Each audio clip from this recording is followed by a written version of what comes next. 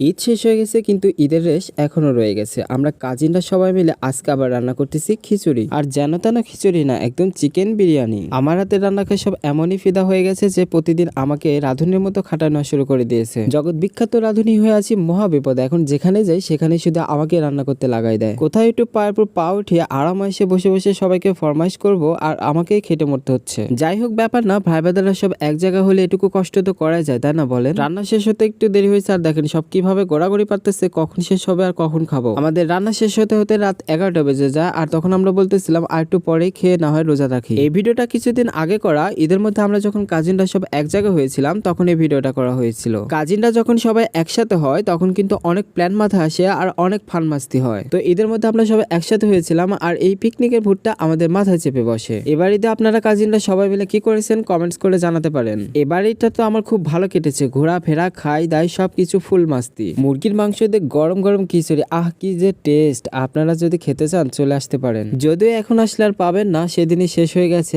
এখন যদি আসেন তাহলে আমাকে আবার নতুন করে রান্না করতে হবে। খিচুড়ির কালারটা দেখে বুঝতে পারতেছেন কি লেভেলের স্বাদ হয়েছে। আসলে সেরা রাঁধুনির রান্না বলে কথা। টেস্টের লেভেলটা একটু হাই হয়ে গেছিল জন্য আমি তো একাই 2 প্লেট কভার করে দিয়েছি, আর সবাই 2 প্লেটের জায়গায় 4 প্লেট করে খাচ্ছিল। লাস্টে একদম কম পড়ে যাওয়ার মতো অবস্থা হয়ে গিয়েছিল। যদিও অবশেষে শেষ হয় নাই, আল্লাহ তাআলার রহমতে অনেক বরকত দিয়েছিল। সবাই একদম ঠিকঠাক ভাবে খেয়ে অনেকটা বেঁচেও গিয়েছিল। এবার ঈদে আপনারা কাজিনরা সবাই একসাথে হয়ে এভাবে কি খিচুড়ি বা পিকনিক করে খেয়েছেন কিনা কমেন্টস করে কিন্তু অবশ্যই জানাবেন। নেক্সটে যদি আবার এরকম কোনো আয়োজন হয় আপনাদেরকে অবশ্যই ভিডিও করে শেয়ার করব।